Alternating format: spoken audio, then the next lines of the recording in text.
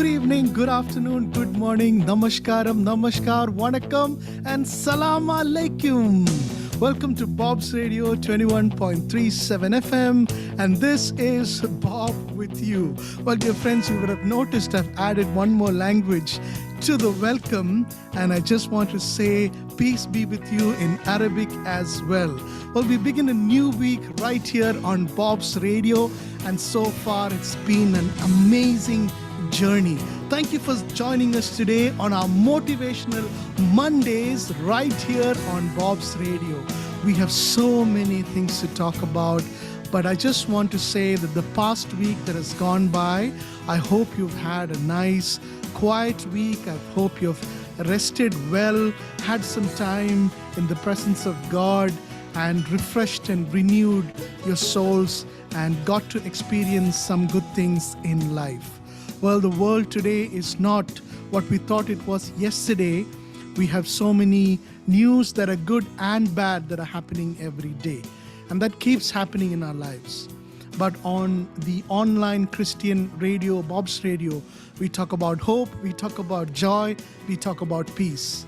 So, dear friend, dear brother, dear sister, if you're listening to me, let go of everything that is troubling you. There might be so many things that you're thinking about, so many questions that is coming to your mind.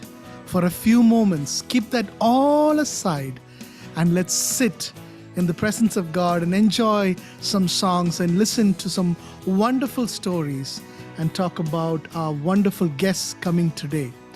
Well, with that, I also have the amazing RJ Esley in the virtual studio with me today. Hi, Esley, how are you doing? Hello, Bob. I'm doing good. How are you? Good.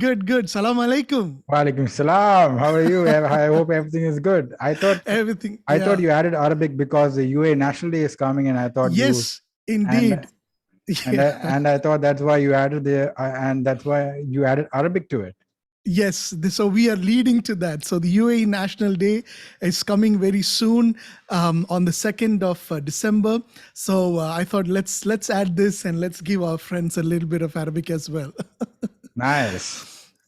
Well, we always love to talk about what's happening around us. And always, when you come along, there's one subject that we love to talk about. And there are others as well today. So tell us, what are we beginning with? Well, we will, from the usual topic, we'll just move to something that is happening currently, and that is Omicron. Yes. The new variant that has been found in South Africa, and where many European countries have been shut, borders have been shut, and people have started panicking again. Right. And I think a lot of countries have shut down air travel, yeah? Yes, there are a lot of countries that have shut down air travel.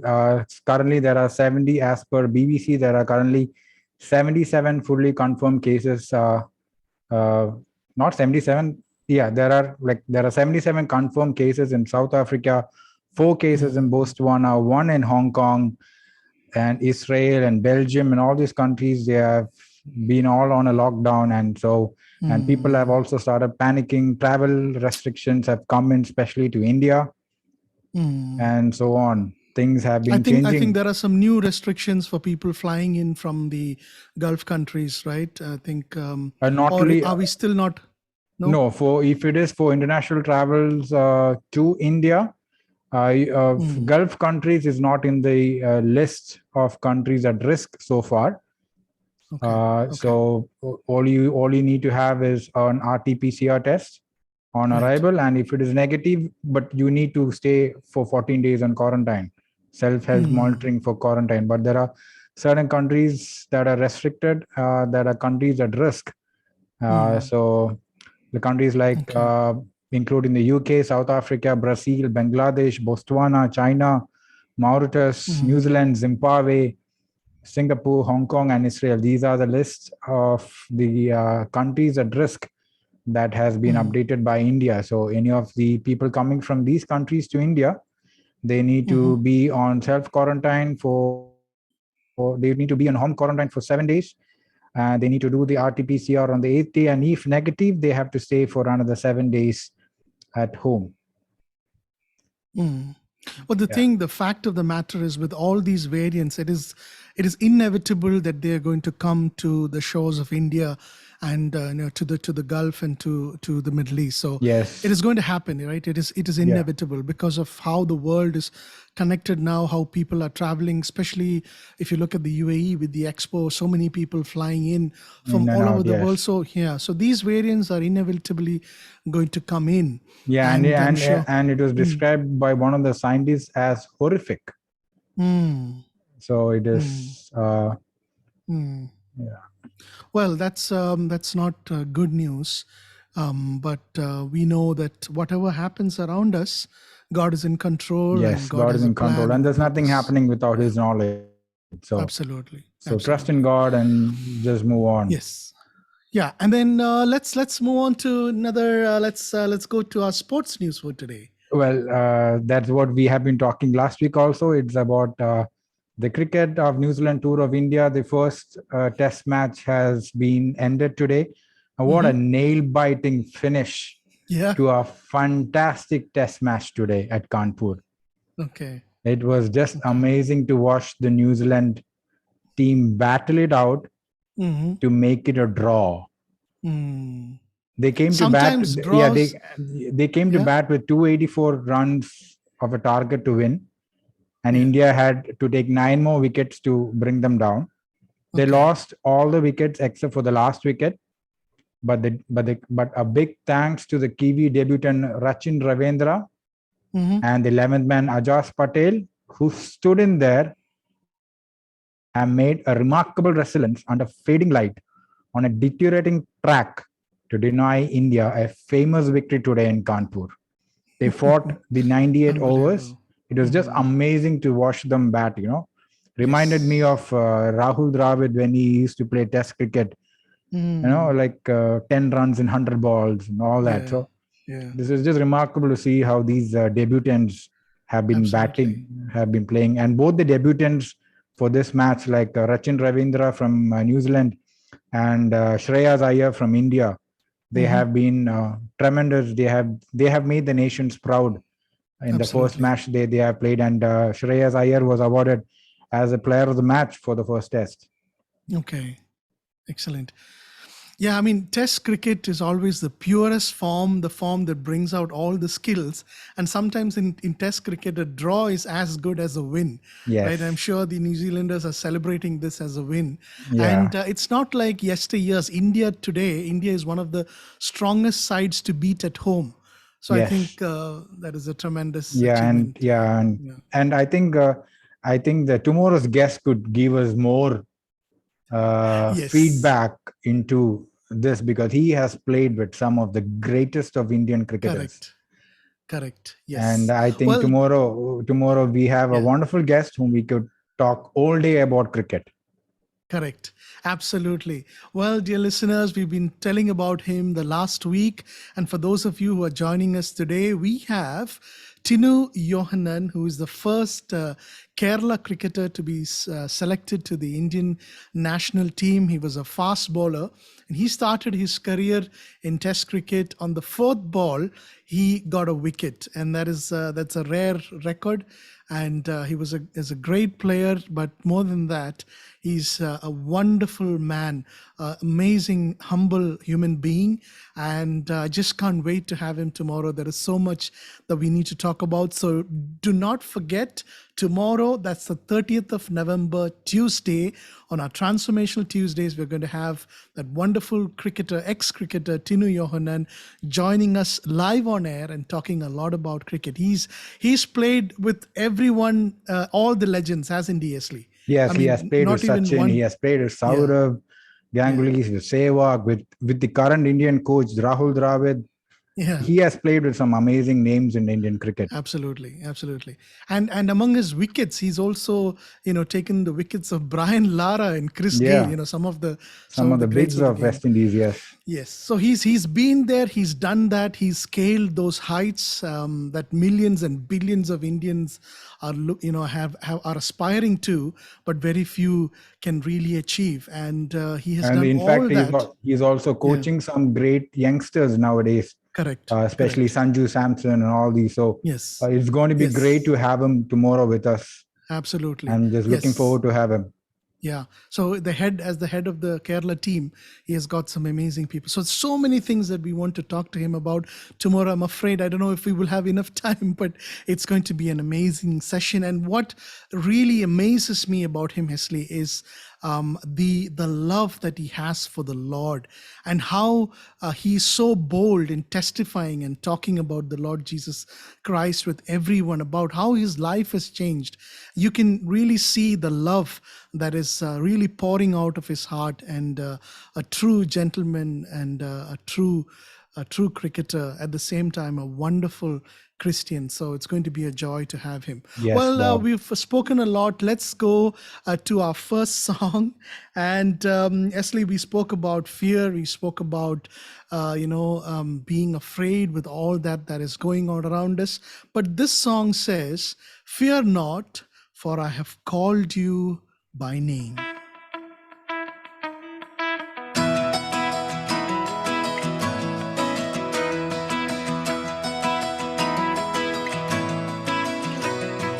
Fear not, for I have redeemed you. I've called you by name. You are mine. Fear not, for I have redeemed you. I've called you by name. You are mine. If you're scared of the dark, I'll be your guide and light. If the floodwaters come, they won't wash you aside. If you're caught in a storm, I'm a safe place to hide. Don't be afraid, I am with you. Fear not, for I have redeemed you. I've called you by name. You are mine. Fear not, for I have redeemed you. I've called you by name. You are mine. And if you need a friend, oh, I won't let you down. If you feel the earth shaking, I'm your solid ground. If you're feeling alone and like no one's around, don't be afraid, I am with you. Fear not, for I have redeemed you. I've called you by name. You are mine. Fear not, for I have redeemed you. I've called you by name. You are mine. Don't you forget that I made you. Don't believe that you're not enough. I'll never leave or forsake you. Try to remember my love. Fear not, for I have redeemed you. I've called you by name. You are mine. Fear not, for I have redeemed you. I've called you by name. Fear not, for I have redeemed you, and I have called you by name. Well, dear brothers and sisters, what more do we need? What more do we need? We have a God who has called us, who has redeemed us and called us by our name. So he simply says, "Fear not." Well, with that, let's go to our kids segment for today, and let's see what we have on our kids segment. We have two contributions for today.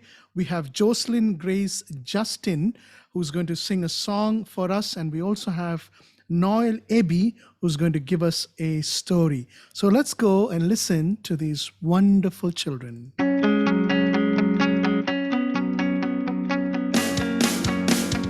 Bob's Radio 21.37, keep bobbing along.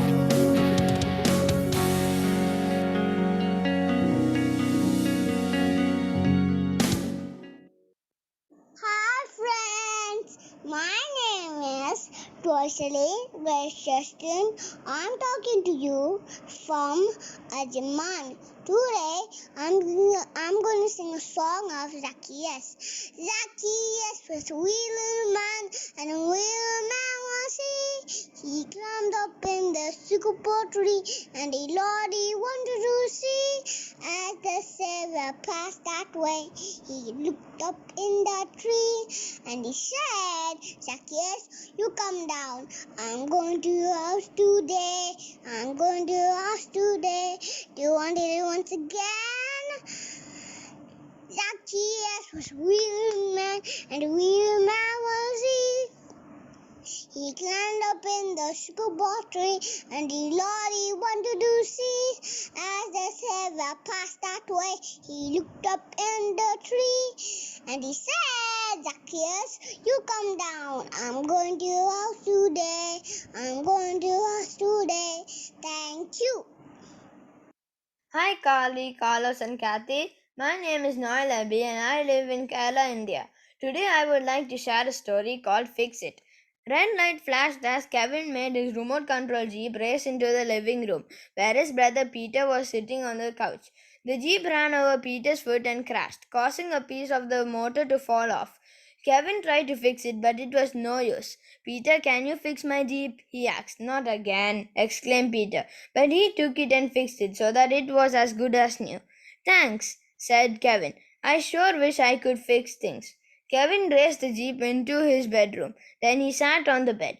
I can't fix anything, he thought. Yesterday, when the chain flew off my bike, Jonathan had to fix it. When my bird feeder fell apart, Dad fixed it. Kevin noticed the Sunday school paper on his nightstand. It's a picture of Jesus healing a blind man.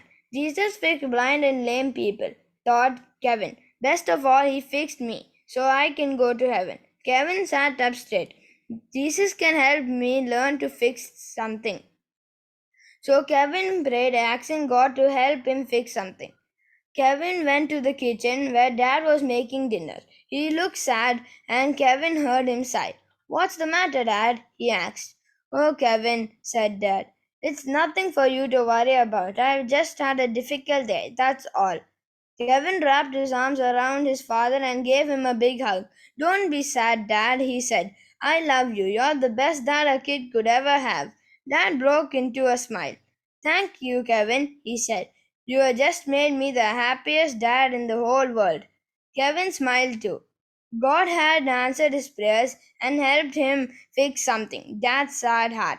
As we are Christians, then we are a special person with a special purpose. God has given us the power to fix broken people with kind words and deeds. Encourage someone today. Do it for Jesus. Thank you. Thank you so much, Jocelyn. That was so cute. May the God continue to bless you. And thank you for the wonderful story, Noel. Thank you for the wonderful message on this Motivational Monday. As Christians, we are special people with a special purpose. God has given us the power to fix broken people with kind words and deeds. Let us encourage someone today. Thank you so much, Noel, for the wonderful words. May God bless you in the coming days. Thank you. Well, with that, Esli, നമുക്ക് സ്നേഹ സന്ദേശത്തിലേക്ക് പോയാലോ? Oh, yes. All right, so let's go to Sneha Sandesham by evangelist Bobby Thomas. എല്ലാ പ്രിയപ്പെട്ടവർക്കും സ്നേഹ സന്ദേശത്തിന്റെ മറ്റൊരു അധ്യായത്തിലേക്ക് ഹൃദയപൂർവ്വം സ്വാഗതം. 1850 ഒരു കപ്പൽ ഇംഗ്ലണ്ടിൽ നിന്ന് ചൈനയിലേക്ക് യാത്ര ചെയ്യുകയായിരുന്നു. ശാന്തമായ കടൽ, കാറ്റിന്റെ യാതൊരു ലക്ഷണവുമില്ല. ആ നാടുകളിൽ കപ്പലുകൾ കാറ്റിനെ ആശ്രയിച്ചാണ് യാത്ര ചെയ്തിരുന്നത്. ആ കപ്പലിലെ കപ്പിത്താൻ കാറ്റിന്റെ അഭാവത്തിൽ കപ്പലിനെ നയിക്കുവാൻ ശ്രമിക്കുന്നുണ്ട്. പക്ഷേ അത് മുൻപോട്ട് പോകുന്നതേയില്ല. കപ്പൽ തട്ടിൽ നിന്ന് ഈ കാഴ്ച കണ്ടുകൊണ്ടിരുന്ന ഒരു യുവാവ് ക്ഷീണിതനായിരിക്കുന്ന കപ്പിത്താനെ സമീപിച്ചുകൊണ്ട് പറഞ്ഞു, ഈ കപ്പലിൽ ഞങ്ങൾ 4 സുഹൃത്തുക്കളുണ്ട്. കപ്പലിനെ യഥാർത്ഥ ദിശയിലേക്ക് നയിക്കുവാൻ ആവശ്യമായ കാറ്റിനു വേണ്ടി ഞങ്ങൾ ദൈവത്തോട് പ്രാർത്ഥിക്കുവാൻ പോവുകയാണ്. ഞങ്ങളുടെ ദൈവം ഞങ്ങളെ കൈവിടുകയില്ല. നിങ്ങൾ ഭാരപ്പെടേണ്ടതില്ല. ഈ വാക്കുകൾ കേട്ട കപ്പിത്താന് അല്പം ആശ്വാസം തോന്നി. ആ യുവാക്കൾ ഒരുമിച്ച് പ്രാർത്ഥിക്കുവാൻ ആരംഭിച്ചു. അത്ഭുതമെന്ന് പറയട്ടെ, അല്പസമയത്തിനുള്ളിൽ കപ്പൽ നേരായ പാതയിൽ യാത്ര തുടങ്ങി. ഇത് കണ്ട കപ്പിത്താനും ബാക്കിയുള്ളവർക്കും അത്ഭുതമടക്കാനായില്ല. എന്നാൽ ഹഡ്സൺ ടെയ്ലർ എന്നു പേരുള്ള ആ യുവാവ് മാത്രം അത്ഭുതപ്പെട്ടൊന്നുമില്ല. കാരണം അദ്ദേഹത്തിന് അറിയാമായിരുന്നു ദൈവം പ്രവർത്തിക്കുമെന്ന്. ചൈനയിലെ സുവിശേഷ വേലയിൽ ദൈവം ഉപയോഗിച്ച ഒരു ഭക്തനായിരുന്നു ഹഡ്സൺ ടൈലർ. ദൈവം എല്ലാ വഴികളിലും തന്റെ മക്കളെ സൂക്ഷിക്കുമെന്ന് അദ്ദേഹത്തിന് ഉറപ്പുണ്ടായിരുന്നു. സദൃശവാക്യങ്ങൾ 3-ാം അധ്യായം 5-6 വാക്യങ്ങൾ. നിന്റെ എല്ലാ വഴികളിലും യഹോവയെ നനച്ചുകൊള്ളുക, അവൻ നിന്റെ പാതകളെ നേരെയാക്കും. പ്രിയരെ, നമ്മുടെ ജീവിതത്തിൽ അനേക ദുർഘട നിമിഷങ്ങളിലൂടെ നാം കടന്നു പോകും. എന്നാൽ നമ്മെ കൈവിടാത്തൊരു ദൈവം നമ്മോട് കൂടെയുണ്ട്. നാം പ്രതീക്ഷിക്കാത്ത ബുദ്ധിമുട്ടേറിയ അവസ്ഥകൾ കടന്നു വരുമ്പോൾ അവയെ നോക്കിക്കൊണ്ട് നമുക്ക് പറയുവാൻ കഴിയട്ടെ, നമ്മുടെ ദൈവം നമുക്ക് തുണയായിരിക്കുന്നു, അതുകൊണ്ട് ഞാൻ ചഞ്ചലപ്പെടുകയില്ല. നമ്മുടെ കർത്താവിൻ്റെ കരങ്ങളിൽ നമ്മെ തന്നെ സമർപ്പിക്കാം. ദൈവം നമ്മെ നയിക്കുന്ന പാതയിലൂടെ നമുക്ക് നടക്കാം. ദൈവനാമം വാഴ്ത്തപ്പെടുമാറാകട്ടെ. Thank you so much, Bobby brother, for that. Something that we often lack these days. Something that, especially amidst this COVID, something that we often lack is to trust in God. And it's a reminder for us to trust in God and to move each day ahead in prayer. Thank you for that wonderful message, Bobby brother. Yes, absolutely.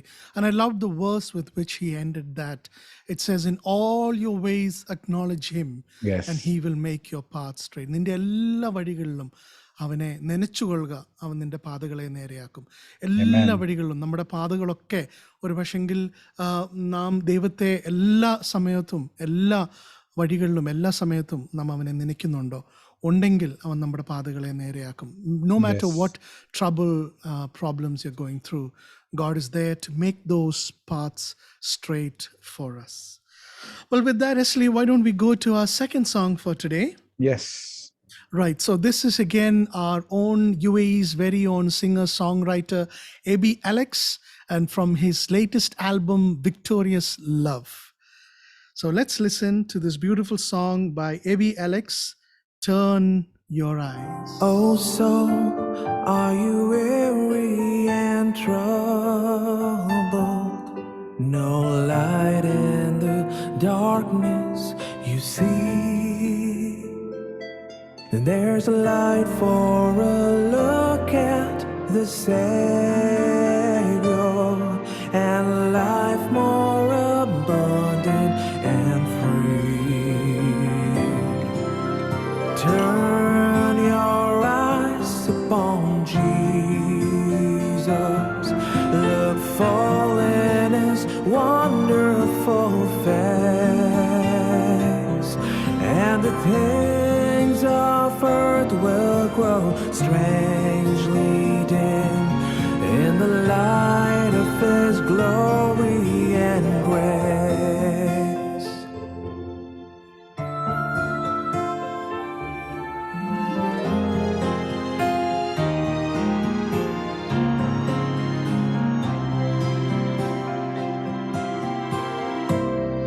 Through death into life everlasting, he passed and we follow him there.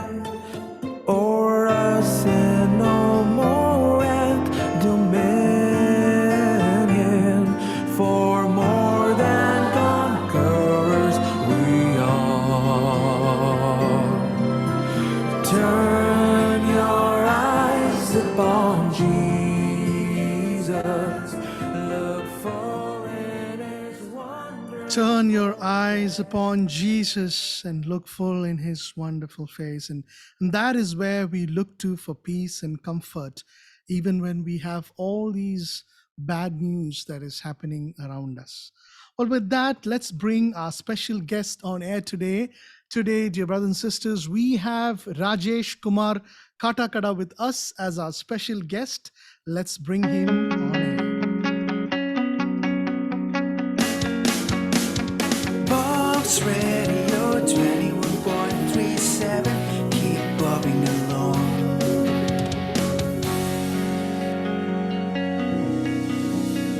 Rajesh Kumar Kattakkada, welcome to Bob's Radio 21.37 FM.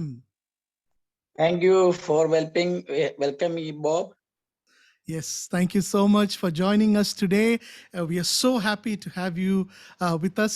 ഈ കാട്ടാക്കട എന്നുള്ള പേര്, രാജേഷ് കാട്ടാക്കട, ഇതൊരു പ്രത്യേകതയുള്ള ഒരു പേരാണല്ലോ. ഇത് തീർച്ചയായിട്ടും ആ കാട്ടാക്കട എന്നുള്ള സ്ഥലത്തു നിന്ന് ഇപ്പം താമസിക്കുന്ന സ്ഥലമാണോ അതോ കാട്ടാക്കടയിൽ നിന്നാണോ?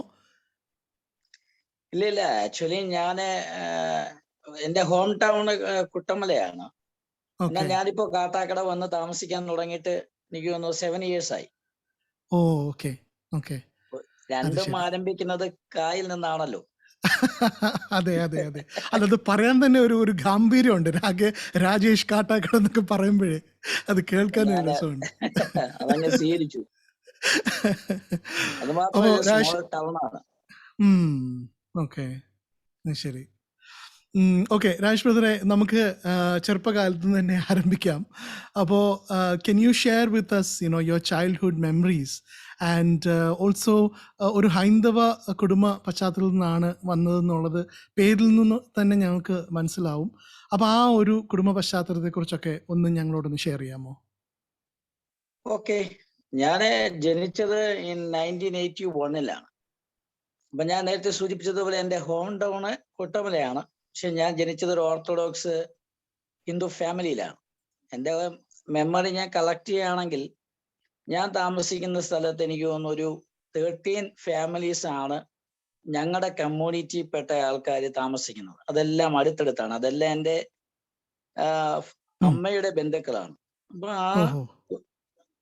അതിന് അങ്ങനെയാണ് ഞങ്ങൾ ജീവിച്ചു വന്നത്. അപ്പൊ ഞങ്ങളെല്ലാം അടുത്തടുത്തതായതുകൊണ്ട് ഞങ്ങളെല്ലാം ഫംഗ്ഷനിലും പോകും. അപ്പൊ ഞങ്ങളെല്ലാം ഹൈന്ദവ ചുറ്റുപാടിലായതുകൊണ്ട് ആ ഒരു സാഹചര്യത്തിലാണ് ഞാൻ വളർന്നത്. അങ്ങനെ വളർന്ന് മുന്നോട്ട് പോകുന്നു. അപ്പൊ ഞങ്ങൾ ആ വിശ്വാസത്തിലാണ് മുന്നോട്ട് പൊയ്ക്കൊണ്ടിരുന്നത്. എൻ്റെ ചൈൽഡ്ഹുഡ് മിക്കവാറും ഞങ്ങളുടെ ചൈൽഡ്ഹുഡ് എന്ന് പറഞ്ഞാൽ വെക്കേഷനൊക്കെ വരുമ്പോൾ ഞങ്ങൾ എൻ്റെ ഫാദറിന്റെ വീട്ടിലേക്ക് പോകും. അവിടെ നിന്ന് ഏകദേശം എനിക്ക് തോന്നുന്നൊരു 10-15 കിലോമീറ്റർ മാറിയാണ് എൻ്റെ ഫാദറിന്റെ ഹൗസ്. അപ്പോൾ അവിടെ എന്ന് പറഞ്ഞാൽ ഞങ്ങൾ അവിടത്തെക്കാട്ടിയും ഇച്ചിരി ഫ്രീഡമാണ്. അവിടെ 2 ക്ഷേത്രങ്ങളുടെ നടുവിലാണ് ഞങ്ങളുടെ ഫാദറിന്റെ വീടെന്ന് പറയുന്നത്. അപ്പൊ ഞങ്ങൾ അവിടെ പോയി കഴിഞ്ഞാൽ ഉത്സവ സമയത്തൊക്കെ ഞങ്ങൾക്ക് ആഘോഷമാണ്. അങ്ങനെ ഒരു ജീവിത പശ്ചാത്തലമായിരുന്നു. അങ്ങനെയാണ് ഞങ്ങളുടെ ചൈൽഡ്ഹുഡ് ഒക്കെ മുന്നോട്ട് പോയത്. എന്നാൽ അത്ര തീവ്ര ഹിന്ദുത്വമാണെന്ന് ചോദിച്ചാൽ അത്ര തീവ്ര ഹിന്ദുത്വം അല്ല. എങ്കിൽ തന്നെ ഞങ്ങൾ തീവ്ര ഹിന്ദുത്വമായിരുന്നു. കാരണം ഞങ്ങളുടെ ചൈൽഡ്ഹുഡിൽ തന്നെ ചെറുപ്രായത്തിൽ തന്നെ ഞങ്ങളുടെ ഫാദർ ഞങ്ങളെ RSSന്റെ ശാഖയിലൊക്കെ കൊണ്ടുപോകായിരുന്നു. എനിക്ക് തോന്നുന്നു ഞാൻ ഒരു 18 വയസ്സ് വരെ സജീവമായിട്ട് ശാഖാ പ്രവർത്തനവും അവിടുത്തെ ജീവിതവും അങ്ങനെയാണ് ഞങ്ങൾ മുന്നോട്ട് പൊയ്ക്കൊണ്ടിരുന്നത്. അപ്പോൾ ആ രീതിയിലുള്ള എല്ലാ തീവ്രമായ സ്വഭാവവും ഉണ്ടായിരുന്നു എന്ന് പറഞ്ഞാൽ മതപരമായിട്ടുള്ള ഞങ്ങളെല്ലാ ചടങ്ങുകളിലും സജീവമായി പ്രവർത്തിച്ചുകൊണ്ടിരുന്ന ആൾക്കാരാണ്. അപ്പോൾ അതൊരു വളരെ പ്രത്യേകതയുള്ളൊരു ഈ RSS ശാഖാ പ്രവർത്തനം എന്ന് പറയുമ്പോൾ അതിൻ്റേതായിട്ടുള്ള ഒരു സിസ്റ്റം ഒക്കെ ഉണ്ടല്ലോ. അപ്പോൾ യഥാർത്ഥത്തിൽ ഈ ശാഖയിൽ എന്താണ് അതിൻ്റെ ഒരു സിസ്റ്റം എങ്ങനെയാണ്? അതുപോലെ തന്നെ what is the true ideology of RSS and VHP ഇന്ന് ഇന്ത്യയിൽ? ഇല്ല, എനിക്ക് തോന്നുന്നു ഞാൻ RSSന്റെ ശാഖ വിട്ടിട്ട് ഇപ്പൊ 20 വർഷത്തിലധികമായി. അപ്പൊ ഞാൻ പോകുന്ന സമയം 20 വർഷമായി ഞാൻ RSS വിട്ടിട്ട്. ഇപ്പൊ എനിക്ക് 40 വയസ്സായി. എൻ്റെ 18 വയസ്സിലാണ് ഞാൻ ക്രിസ്തുവിനെ അറിയുന്നത്. അപ്പൊ ഏകദേശം 20-22 വർഷത്തോളമായി ഞാൻ വിട്ടിട്ട്. എന്നാൽ അന്ന് ഞങ്ങളുടെ ചെറിയ പ്രായത്തിൽ പോകുമ്പോൾ ഞങ്ങള് എല്ലാ ശനിയാഴ്ചയിലായിരുന്നു, ഇടയ്ക്കിടയ്ക്ക് ശാഖയുണ്ട്, ഞങ്ങൾ റെഗുലറായിട്ട് പോകുമായിരുന്നു. അപ്പൊ അതൊരു ക്ഷേത്രത്തോട് ബന്ധപ്പെട്ടാണ് ഈ ശാഖ നടക്കുന്നത് തന്നെ. അപ്പൊ നമ്മൾ അതിനെ സജീവമായിട്ട് പോകുമ്പോൾ അവിടെ അജണ്ട എന്ന് പറഞ്ഞാൽ ഹിന്ദുത്വ അജണ്ടയാണ്. എന്നാൽ ഞങ്ങളെ സംബന്ധിച്ച് ഞങ്ങൾ അന്ന് ചെറിയ പ്രായമല്ലേ, അപ്പൊ എല്ലാ രീതിയിലുമുള്ള എല്ലാ സീക്രട്ടും ഒന്നും അവർ പറയത്തില്ല. എങ്കിലും നമുക്കറിയാം അവരുടെ രീതി എന്ന് പറയുന്നത് ഹിന്ദുത്വ അജണ്ടയാണ്. അപ്പൊ ഞങ്ങൾ അങ്ങനെ ചെറിയ പ്രായം മുതൽ അവിടെ പോവും, ശാഖയിൽ സംബന്ധിക്കും. പിന്നെ അവരുടെ പ്രധാനപ്പെട്ട ഒരു ഗ്യാതറിംഗ് ആണ് ബാലഗോകുലം. അതിലെ സജീവ മെമ്പറായിരുന്നു. പിന്നെ ശ്രീകൃഷ്ണ ജയന്തി അത് സംഘടിപ്പിക്കുക. പിന്നെ ഞാൻ 1-2 പ്രാവശ്യം ഇവരുടെ പിക്കറ്റിങ്ങിന് കാക്കി നിക്കറുമിട്ട് വെള്ള ഷർട്ടും തൊപ്പിയൊക്കെ വെച്ച് ദണ്ഡയൊക്കെ പിടിച്ചു പോയിട്ടുണ്ട്. അതൊക്കെ ഒരു ഹരമാണ് ഇങ്ങനെയൊക്കെ പോകുമ്പോഴേ.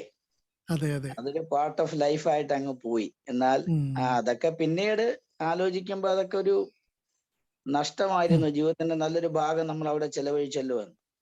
പക്ഷെ അതൊരു തീവ്ര ഹിന്ദുത്വ അജണ്ടയാണ്. അവർക്ക് അതിൻ്റെതായ പ്ലാൻ ഉണ്ട്. പക്ഷെ വെൽ ഓർഗനൈസ്ഡ് ഒരു ഇതാണ് RSS എന്ന് പറയുന്നത്.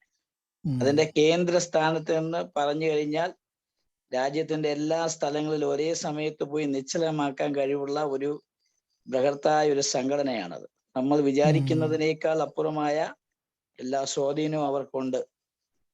അതാണ് ആ സംഘടനയുടെ ഒരു പ്രത്യേകത.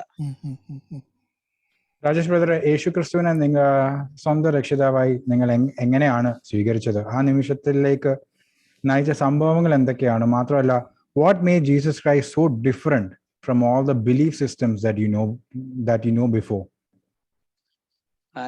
ഞാൻ നേരത്തെ പറഞ്ഞതുപോലെ, first I told you that in our area we are only having 13 families. Rest of the families, those who are surrounding us are Christians. Mostly they are Marthomite, you know.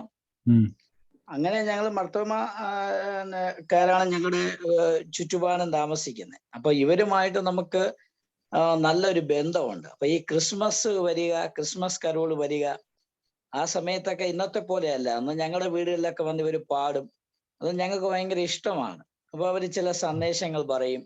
അപ്പൊ യേശു ക്രിസ്തുവിനെ കുറിച്ചുള്ള ഒരു അറിവ് നമുക്ക് അവരിൽ നിന്നൊക്കെ കിട്ടിയിട്ടുണ്ട്. അപ്പൊ യേശു ക്രിസ്തുവിനോടൊരു പ്രത്യേകമായ ഒരു താല്പര്യം ഓൾറെഡി എൻ്റെ ഹൃദയത്തിലുണ്ട്. എന്ന് പറഞ്ഞാൽ യേശു ക്രിസ്തുവിനെ ഞങ്ങൾ ഒരു പ്രത്യേക ലെവലിലാണ് കാണുന്നത്.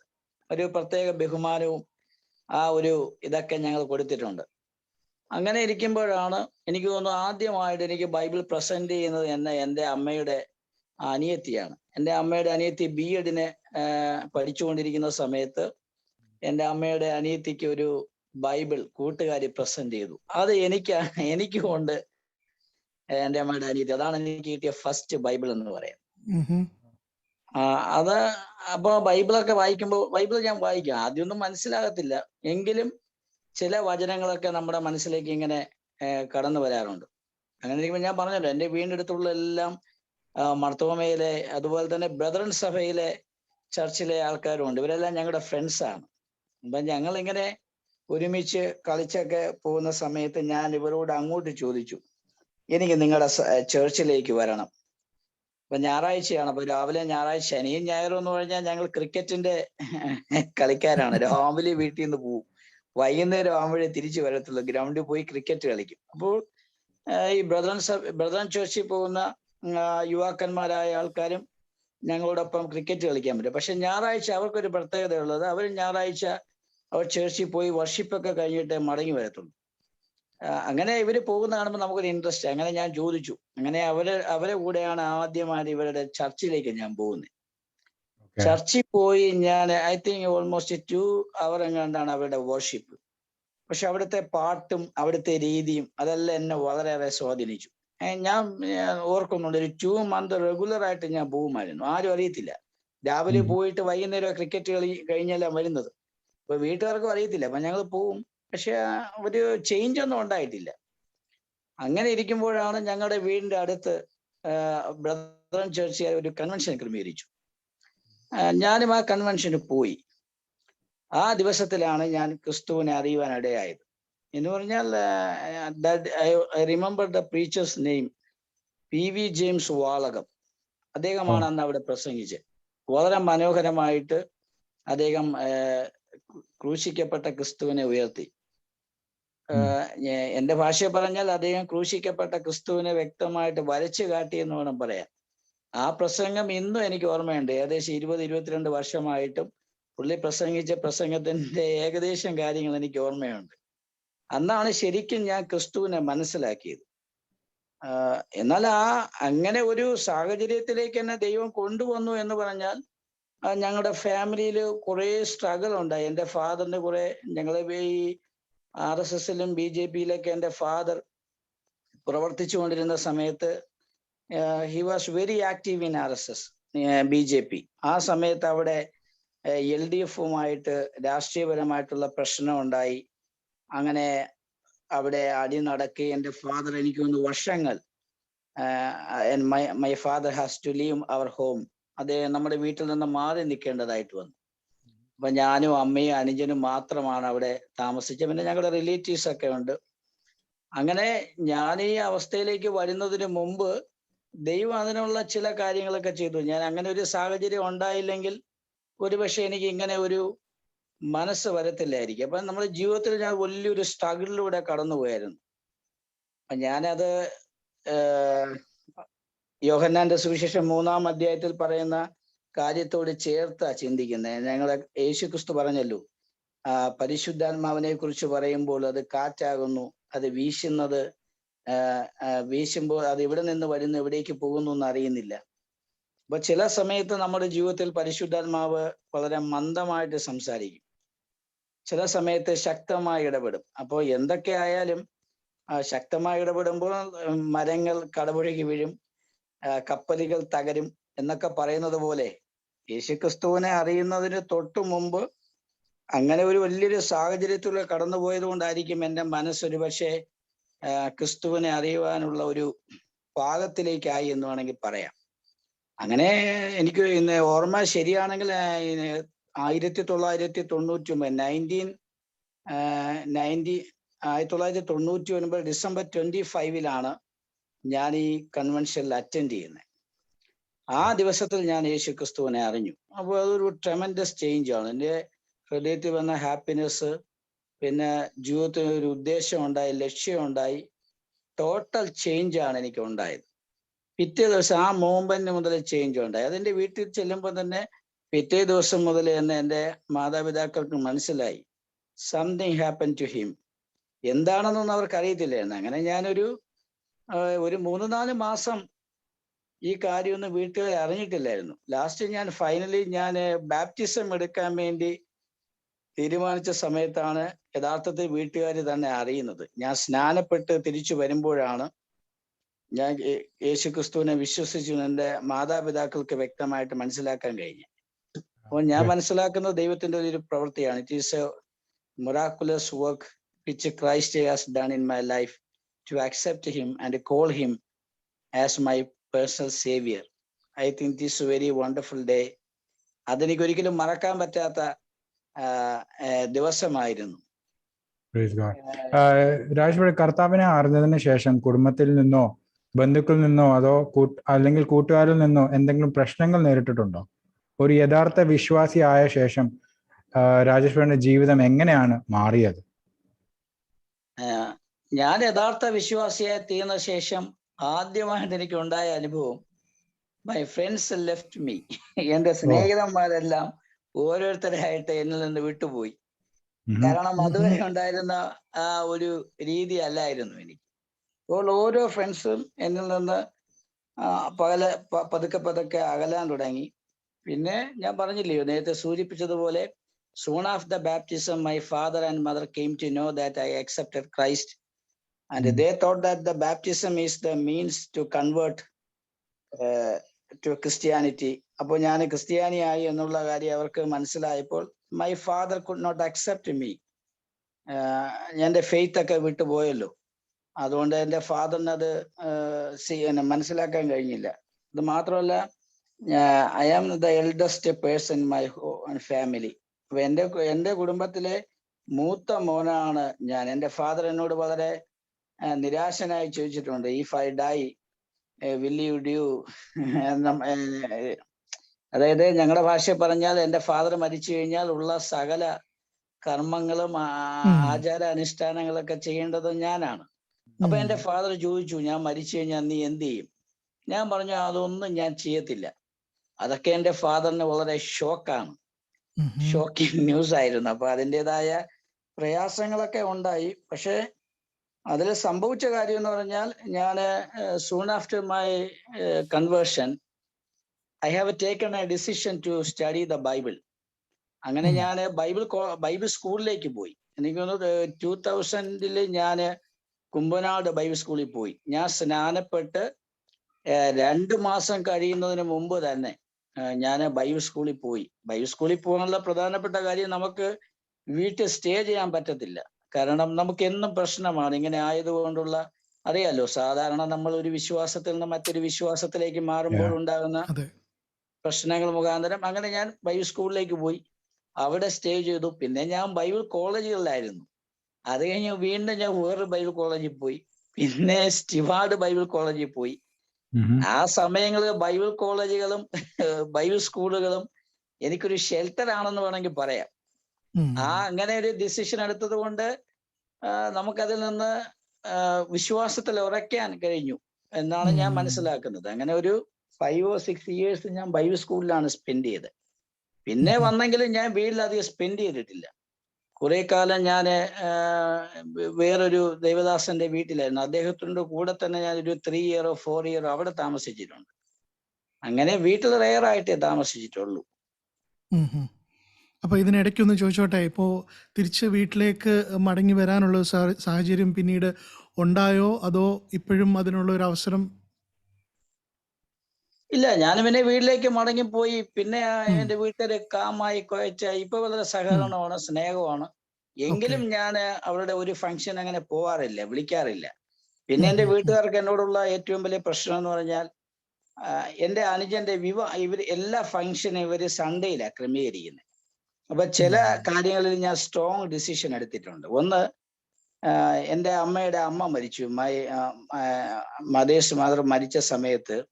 അപ്പൊ ഞങ്ങളുടെ എല്ലാ റിലേറ്റീവ്സും ഉണ്ടായിരുന്നു. ആ സമയത്ത് ഞങ്ങള് മക്കൾക്ക് ചില കാര്യങ്ങളൊക്കെ ചെയ്യണം എന്ന് പറഞ്ഞാൽ ബലിയിടുക, അങ്ങനെയുള്ള എല്ലാ കാര്യങ്ങളും ചെയ്യണം. അപ്പൊ എല്ലാ റിലേറ്റീവ്സും ഉണ്ടാകുന്ന സമയത്ത്, അന്ന് ഞാൻ വിവാഹിതനൊന്നും അല്ല. അന്ന് എൻ്റെ അടുത്ത് എൻ്റെ അമ്മയുടെ മൂത്ത ബ്രദർ ചോദിച്ചു, നീ ഇത് ചെയ്യുന്നില്ലയോ? ഞാൻ അന്നൊരു ഡിസിഷൻ ഞാൻ പറഞ്ഞു, ഞാൻ ഇത് ചെയ്യത്തില്ല, ഒരിക്കലും ഞാൻ ചെയ്യത്തില്ല.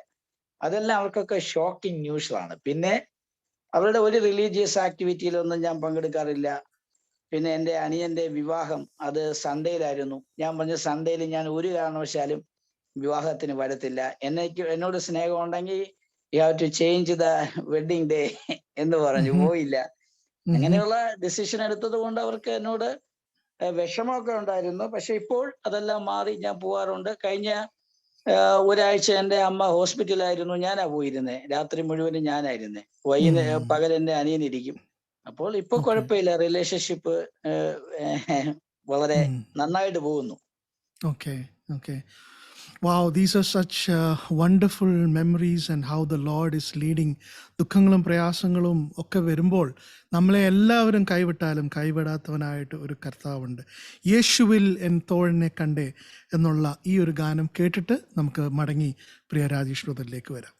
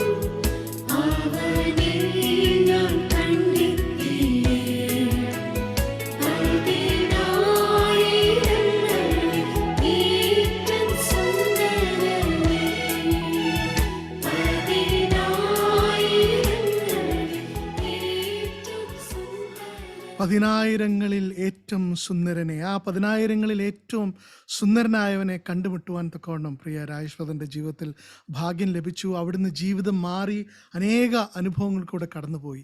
വളരെ വളരെ പ്രശ്നങ്ങൾ കൂടെയൊക്കെ കടന്നുപോയെങ്കിലും ഇന്നും വിശ്വാസത്തിൽ ഉറച്ചു നിൽക്കുവാനും ഉറച്ച തീരുമാനങ്ങൾ എടുത്ത് അങ്ങനെ വളരെ ധൈര്യത്തോടെ കർത്താവിന് വേണ്ടി നിൽക്കുവാൻ തക്കവണ്ണം ഇന്ന് പ്രിയ രാജേശ്വരനെ ദൈവം ഇടയാക്കുന്നു. Rajesh Kumar is also an evangelist today. He is serving the Lord around Kerala in different places. He's also a very, very good preacher. He likes to do open air preaching, and that is what he is so good at. He's one of the well-known outreach or outdoor preachers out there. He's a very good orator as well. He is also participating in other activities especially when it comes to apologetics.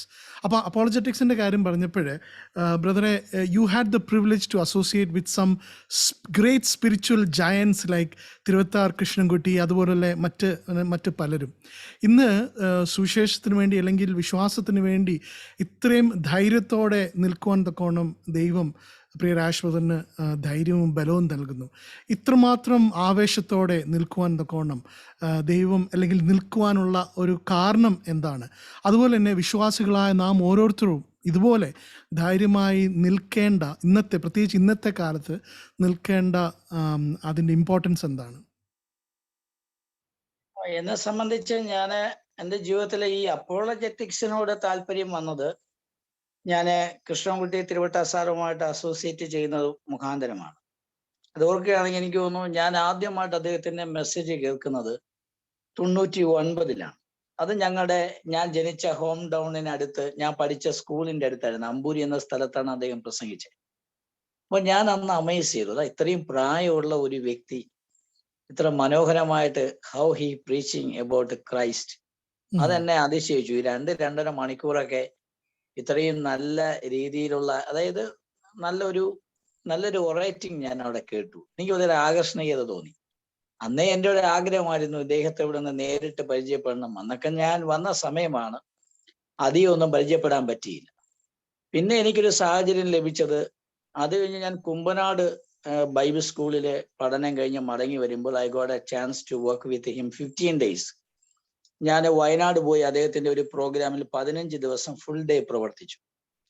അന്നാണ് ഞാൻ അദ്ദേഹത്തിന്റെ ഓരോ പ്രസംഗം കഴിയും തോറും നമുക്ക് കൂടുതൽ ഈ മേഖലയോട് താല്പര്യം വന്നു. പിന്നെ അവിടെ മുതൽ ഞാൻ ഒരു 6 വർഷം കഴിഞ്ഞ ശേഷം മടങ്ങി വന്ന്, എനിക്ക് തോന്നുന്നു അദ്ദേഹം പബ്ലിക് മിനിസ്ട്രി സ്റ്റോപ്പ് ചെയ്യുന്ന സമയം വരെ എനിക്ക് അദ്ദേഹത്തോടൊപ്പം ചേർന്ന് പ്രവർത്തിക്കാനിടയായി. പല സ്ഥലങ്ങളിൽ തമിഴ്നാട്ടിൽ പോകാനിടയായിട്ടുണ്ട്. അതിനേക്കാൾ ഉപരി അദ്ദേഹം എവിടെയെങ്കിലും ഈ സുവിശേഷ മീറ്റിങ്ങിന് പോകണമെങ്കിൽ ഞാനും കൂടെ അദ്ദേഹത്തെ അസോസിയേറ്റ് ചെയ്യുമായിരുന്നു. അന്ന് പ്രായമൊക്കെ ഉള്ളത് കൊണ്ട് അദ്ദേഹത്തിന്റെ പെട്ടി ചുമക്കുക, അത്യാവശ്യം കാര്യങ്ങളൊക്കെ ചെയ്തു കൊടുക്കുക, അങ്ങനെയായിരുന്നു. ഏലിയാവിനെ ശുശ്രൂഷിച്ചതുപോലെ ഓൾമോസ്റ്റ് 7 years എനിക്കതിൽ കൂടുതലുണ്ടായിരുന്നു അദ്ദേഹത്തോടൊപ്പം സഞ്ചരിക്കുവാനും എല്ലാ രീതിയിലൊക്കെ ചെയ്യാനിടയായി. പക്ഷെ എനിക്കുണ്ടായ ഒരു പ്ലസ് പോയിന്റ് എന്ന് പറഞ്ഞാൽ, സത്യം പറഞ്ഞാൽ ഞാൻ രക്ഷിക്കപ്പെടുന്ന പറഞ്ഞ സമയത്ത് ഞാൻ ഈ പബ്ലിക് സ്പീക്കിങ്ങിൽ അങ്ങനെ വരാൻ താല്പര്യമുള്ള ആളല്ല. കാരണം എൻ്റെ സംസാരത്തിൽ ചെറിയൊരു ഇതുണ്ട്. എൻ്റെ നാവെന്ന് പറഞ്ഞാൽ നല്ല നീളമുള്ള നാവല്ല. അപ്പൊ അത് ഇച്ചിരി മോശയെ പോലെയുള്ളൊരു നാവാണ്, വിക്കുണ്ടായിരുന്നു. എന്നാൽ അതെല്ലാം മാറി ഇത് രക്ഷിക്കപ്പെട്ട് വന്ന ശേഷം തന്നെ എനിക്ക് ഒരു ദൈവിക വിളിയുണ്ടെന്നുള്ള ബോധ്യം ഉണ്ടായിട്ടാണ് ഞാൻ ബൈബിൾ സ്കൂളിൽ പോയത്. പക്ഷെ എന്നെ ആ സ്കില്ലിലേക്ക് ഉയർത്തിക്കൊണ്ടുവന്നത് അതിന് അദ്ദേഹത്തിന് നിർണായകമായ പങ്കുണ്ട്. ഞാൻ ഇങ്ങനെ ഒരു ഇൻസിഡന്റ് ഓർക്കുന്നുണ്ട്. അദ്ദേഹം ഈ CSAയിലും മറ്റ് സ്ഥലങ്ങളിലൊക്കെ അദ്ദേഹത്തിനെ കൺവെൻഷന് 4 days 3 days വിളിക്കുമ്പോൾ എന്നെ തന്നെ അദ്ദേഹം പല സ്ഥലങ്ങളിലും ആദ്യത്തെ പ്രസംഗകനായിട്ട് വിട്ടിട്ടുണ്ട്. അതാണ് എൻ്റെ ലൈഫിലെ ആദ്യത്തെ തുടക്കം എന്ന് പറയുന്നത്. ഒരു സംഭവം ഞാൻ ഓർക്കുന്നുണ്ട്. ഞാൻ അന്ന് എനിക്ക് തോന്നുന്നു ഇന്നേക്കൊരു 15 വർഷത്തിന് മുമ്പാണ്. അപ്പൊ എന്നെ കണ്ട ഇതിനെക്കാളും വളരെ കൊച്ചു ചെറുക്കനെ പോലെ ഇരിക്കുന്ന സമയം. അങ്ങനെ തിരുവനന്തപുരത്തിന്റെ അടുത്തൊരു സ്ഥലമുണ്ട്, വ്രാലി എന്ന് പറയുന്ന സ്ഥലം, ഒരു വലിയ CSA പള്ളിയില്ല. അപ്പൊ എനിക്കൊരു കത്ത് എഴുതി തന്നയച്ചു. കത്തിൽ ഇങ്ങനെയാണ്, ഈ വരുന്ന വ്യക്തിയെ ഇന്ന് എനിക്ക് പകരം പ്രസംഗിപ്പിക്കണം എന്നാണ്. ഫസ്റ്റ് ഡേ കൺവെൻഷനാണ്. ഞാൻ അവിടെ ചെന്ന സമയത്ത് ഉദ്ഘാടകനായിട്ട് അന്നത്തെ CSAയുടെ ബിഷപ്പ് ഉണ്ടായിരുന്നു. അദ്ദേഹം അവിടെ ചെന്നപ്പോൾ സംഘാടകർക്ക് ആകെ സന്ദേഹം, ഇത്രയും യങ്ങായിട്ടുള്ളൊരു പയ്യനല്ലയോ വന്നേ. ഞാൻ നോക്കിയപ്പോ പ്രസംഗം ഒരു 1-1.5 മണിക്കൂർ ഉണ്ടാകുന്ന എൻ്റെ അടുത്ത് സാറ് പറഞ്ഞത്. ഞാൻ നോക്കിയിട്ട് 7 ആയി, 7:30 8 8:30 പ്രസംഗം കിട്ടുന്നില്ല.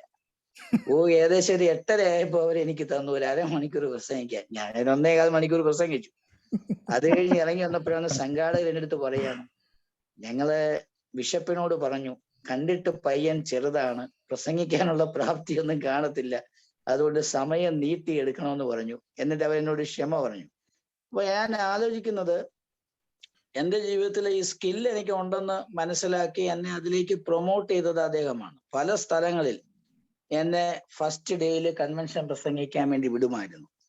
അപ്പോൾ എൻ്റെ ജീവിതത്തിലെ ഏറ്റവും വലിയ ഒരു ടേണിംഗ് പോയിന്റ് ആണ് ഞാൻ അദ്ദേഹത്തോടൊപ്പം ആയിരുന്നു എന്ന് ഞാൻ മനസ്സിലാക്കുകയാണ്. എന്നിട്ട് അദ്ദേഹമാണ് എനിക്ക് ആദ്യമായിട്ട് രവി സക്രായെ പരിചയപ്പെടുത്തി തരുന്നത്. ഞാൻ അദ്ദേഹത്തിന്റെ വീട്ടിൽ പോകുന്ന സമയത്ത് അദ്ദേഹം അന്ന് അമേരിക്കയിലൊക്കെ പോയി വന്ന സമയമാണ്.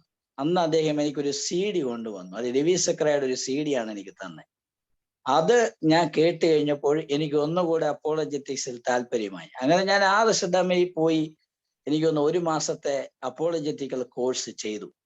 പിന്നെ ആ രീതിയിൽ അതിനോടാണ് എനിക്ക് താല്പര്യം. അങ്ങനെയാണ് ഞാൻ ഈ അപ്പോളജറ്റിക്സ് മേഖലയിലേക്ക് വന്നത്. എന്നാൽ ഇതിന്റെ എല്ലാം ബേസ് എന്ന് പറയുന്നത് ഞാൻ തിരുവട്ട കൃഷ്ണൻകുട്ടി സാറുമായിട്ട് പ്രവർത്തിച്ചെന്ന് പറഞ്ഞാൽ അദ്ദേഹത്തോട് ചെലവഴിച്ച ആ ദിവസങ്ങൾ എന്ന് പറയുന്നത് വളരെ ഗുണം ചെയ്തു. എൻ്റെ എല്ലാ മേഖലകളിലും ഗുണം ചെയ്യാൻ ഇടയായിട്ട് തീർന്നു. അങ്ങനെയാണ് ഞാൻ ഈ അപ്പോളജറ്റിക്സ് ഫീൽഡിലേക്ക് വരുന്നത്. Rajesh brother, like today you are standing for the truth of the gospel through outreach ministries, outreach preaching, personal evangelism and apologetic debates. ക്രിസ്തുവിനെ കുറിച്ച് ഇത്ര ധൈര്യത്തോടെ സംസാരിക്കാൻ രാജേഷ് ബ്രദറിന് ഈ ആവേശം നൽകുന്നത് എന്താണ്? ഇങ്ങനെ ഒരു ആവേശം നൽകുന്നത് എന്താണ്? നിങ്ങളുടെ അഭിപ്രായത്തിൽ ക്രിസ്ത്യാനികൾ ഇന്ന് നേരിടുന്ന ഏറ്റവും വലിയ വെല്ലുവിളി എന്താണ്? എനിക്ക് ആവേശം നൽകുന്നതെന്ന് പറഞ്ഞാൽ ക്രിസ്തുവിന്റെ ആ വ്യക്തിത്വത്തോടുള്ള അല്ലെങ്കിൽ യേശു ക്രിസ്തുവിനോടുള്ള ആ ഒരു സ്നേഹമുണ്ടല്ലോ. ഞാൻ മനസ്സിലാക്കുന്നത് എൻ്റെ ജീവിതത്തിൽ ഏറ്റവും ആദ്യമായിട്ട് ദൈവത്തെ ഫാദർ എന്ന് സംബോധന ചെയ്യാൻ കഴിഞ്ഞത് ഞാൻ ക്രിസ്തുവിനെ അറിഞ്ഞതിന് ശേഷമാണ്. എൻ്റെ 18 വയസ്സ് വരെ ഞാൻ നല്ലൊരു റിലീജിയസ് ആയിട്ടുള്ള ഒരു വ്യക്തിയായിട്ടാണ് ജീവിച്ചത്. പക്ഷെ അവിടെ ഒന്നും ദൈവത്തെ ഒരു ഫാദർ സൺ റിലേഷൻഷിപ്പിൽ എനിക്ക് കാണാൻ കഴിഞ്ഞിട്ടില്ല. അത് ക്രിസ്തുവിലൂടെയാണ് എനിക്ക് ലഭിച്ചത്. പിതാവും പുത്രനും അല്ലെങ്കിൽ ദൈവത്തിന്റെ മകൻ എന്ന നിലയിലുള്ള ആ ബന്ധം, അതാണ് ക്രിസ്ത്യാനിറ്റിയുടെ യുണീക്ക്നെസ് എന്ന് മനസ്സിലാക്കുന്നത്.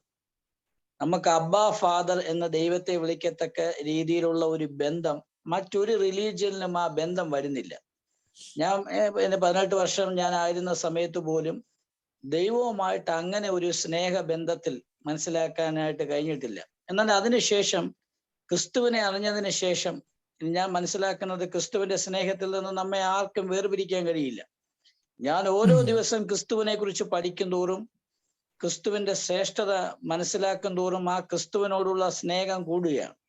അതുകൊണ്ട് ഞാൻ മനസ്സിലാക്കുന്നത് ഞാൻ 18 വർഷം ഞാൻ ആയിരുന്ന സമയത്ത് എന്നോട് ഈ സത്യം ഒരാൾ പറഞ്ഞു, അല്ലെങ്കിൽ എനിക്ക് അറിയാനുള്ള ഒരു അവസരം എനിക്ക് ലഭിച്ചു. അപ്പൊ എന്നോട് ഒരാൾ ആ കാര്യം പറഞ്ഞത് കൊണ്ടാണല്ലോ ഞാൻ മനസ്സിലാക്കിയത്. അതുപോലെ എൻ്റെ ഒരു ധാർമ്മികമായ ഉത്തരവാദിത്വമാണ് ഞാൻ അറിഞ്ഞ സത്യത്തെ മറ്റുള്ളവരോട് പറയുക. എനിക്കൊരു നന്മ ലഭിച്ചു. ഞാൻ എൻ്റെ ജീവിതത്തിൽ ഏറ്റവും സുപ്രീമായിട്ടുള്ള, എൻ്റെ ജീവിതത്തിൽ ലഭിക്കാവുന്ന ഏറ്റവും വലിയ ഗിഫ്റ്റാണ് ക്രൈസ്റ്റ് എന്ന് പറയുന്നത്. അപ്പോൾ അതെനിക്ക് ലഭിച്ചു. അത് എനിക്ക് സൗജന്യമായി ലഭിച്ചതാണ്. അതെനിക്ക് സൗജന്യമായി മറ്റുള്ളവർക്ക് കൊടുക്കാൻ കഴിയുന്നതാണ്. അതാണ് ഈ ഓപ്പൺ എയർ മീറ്റിംഗ് ഒക്കെ ഞാൻ എടുക്കാനുള്ള പ്രധാനപ്പെട്ട കാര്യം. കാരണം കൺവെൻഷൻ മീറ്റിങ്ങുകളിലൊക്കെ നമ്മൾ ക്ഷണിക്കപ്പെട്ട അതിഥികളെ വരും. ഓപ്പൺ എയർ മീറ്റിംഗ് എന്ന് പറയുമ്പോൾ ക്ഷണിക്കപ്പെടാത്ത അതിഥികൾ, ഒരിക്കലും കണ്ടിട്ടില്ലാത്തവർ, വ്യത്യസ്തമായ ആശയമുള്ളവർ, അവർക്കെല്ലാം ക്രിസ്തുവിനെ അറിയുവാനായിട്ടുള്ള ഒരു അവസരം. നമ്മൾ നമ്മുടെ അപ്പത്തെ വെള്ളത്തിന്മേൽ എറിയുക, അത് ഏറെ നാൾ കഴിയുമ്പോൾ ഫലമായിട്ട് വരും എന്നുള്ള ഒരു വചനത്തിന്റെ അടിസ്ഥാനത്തിലാണ് ക്രിസ്തുവിനെ കുറിച്ച് പറയാനുള്ള ഒരു പ്രചോദനമൊക്കെ ലഭിക്കുന്നത്. കാരണം ആ ക്രിസ്തുവിനെ പറയുന്ന സമയത്ത് ഞാൻ ഓർക്കുന്നുണ്ട്, ഞാനിങ്ങനെ ടൗണുകളിൽ നിന്ന് പ്രസംഗിക്കുന്ന സമയത്ത് എൻ്റെ ഫാദറിന്റെ, അതായത് എൻ്റെ അപ്പൻ്റെ അനിയത്തിയുടെ മകൻ, അദ്ദേഹം അതുവഴി പോയ സമയത്ത് ഞാൻ അവിടെ നിന്ന് പ്രസംഗിക്കുക. എന്നെ ഒരു ദിവസം കണ്ടപ്പോൾ ചോദിച്ചു, നീ എന്തിനാണ് ഈ ടൗണുകളിലൊക്കെ നിന്ന് ക്രിസ്തുവിനെയൊക്കെ പ്രസംഗിക്കുന്ന? നാണക്കേടല്ലയോ? ഞങ്ങൾക്കൊക്കെ നാണക്കേടാണ്. നീ ഞങ്ങളുടെ ഈ പ്രധാനപ്പെട്ട ഞങ്ങൾ അറിയാവുന്ന സ്ഥലങ്ങളിലേക്ക് വന്ന് നീ പ്രസംഗിക്കാൻ നിൽക്കുമ്പോൾ ഞങ്ങൾക്ക് നാണക്കേടാണ് നീ ഇങ്ങനെയൊക്കെ നിന്ന് പ്രസംഗിക്കുന്നത്. അപ്പൊ അതേ എന്നോട് പറഞ്ഞത് ഇങ്ങനെയാണ്, നിനക്ക് സ്റ്റേജിൽ നിന്നൊക്കെ നല്ല കാശ് കിട്ടുന്നുണ്ട്, അതുകൊണ്ടാണ് നീ ഇങ്ങനെ എന്നൊക്കെ പ്രസംഗിക്കുന്നത്. അപ്പൊ ഞാൻ പറഞ്ഞൊരു കാര്യം ചെയ്യാം, എനിക്ക് കിട്ടുന്ന കാശ് ഞാൻ ചേട്ടായിക്ക് തരാം. ഞാൻ നിന്ന് പ്രസംഗിക്കുന്നത് പോലെ ക്രിസ്തുവിനെ പ്രസംഗിക്കണം. ഞാൻ പറഞ്ഞു 1,00,000 രൂപ തരാമെന്ന് പറഞ്ഞാലും ഞാൻ നിന്ന് പ്രസംഗിക്കുന്നത് പോലെ ടൗണിൽ നിന്ന് പ്രസംഗിക്കാൻ പറ്റത്തില്ല. അത് ക്രിസ്തുവിനെ അറിഞ്ഞ് ആ ദൈവസ്നേഹത്തിൽ മാത്രമേ കഴിയുള്ളൂ. ആ ദൈവസ്നേഹത്തിൽ ക്രിസ്തുവിനെ അറിയാൻ ലഭിച്ച ഭാഗ്യം ലഭിച്ചത് കൊണ്ട് അതിന്റെ ഉത്തരവാദിത്വമാണല്ലോ നമ്മളെ വിളിച്ചവന്റെ സൽഗുണങ്ങളെ ഘോഷിക്കത്തക്ക രീതിയിലുള്ള ഒരു ഉത്തരവാദിത്വമുണ്ട്. അതാണ് അത് ചെയ്യാനുള്ള പ്രധാനപ്പെട്ട മോട്ടിവേഷണൽ ഫാക്ടർ. ആമേൻ, ആമേൻ. ഇനിയും വരുന്ന നാളുകൾ അനേക സ്ഥലങ്ങളിൽ ഇതുപോലെ ഓപ്പൺ എയറിലും മറ്റനേക സ്ഥലങ്ങളിലും കർത്താവിന് വേണ്ടി അപ്പോളജറ്റിക്സ് അല്ലെങ്കിൽ ഡിഫെൻസ് ഓഫ് ദ ഫെയ്ത്ത് എന്നുള്ള ആ മേഖലയിൽ വളരെ ശോഭിക്കാൻ തക്കൊണ്ടും ദൈവം ഇടയാക്കട്ടെ. അനേക വേദികൾ അതിനുവേണ്ടി ദൈവം പ്രിയ രാജേശ്വരന് നൽകട്ടെ. ഒടുവിലായിട്ട് നാം ഇവിടെ നമ്മുടെ ഇന്നത്തെ ടോക്ക് ഷോ ഇവിടെ അവസാനിപ്പിക്കാനായിട്ട് പോവുകയാണ്.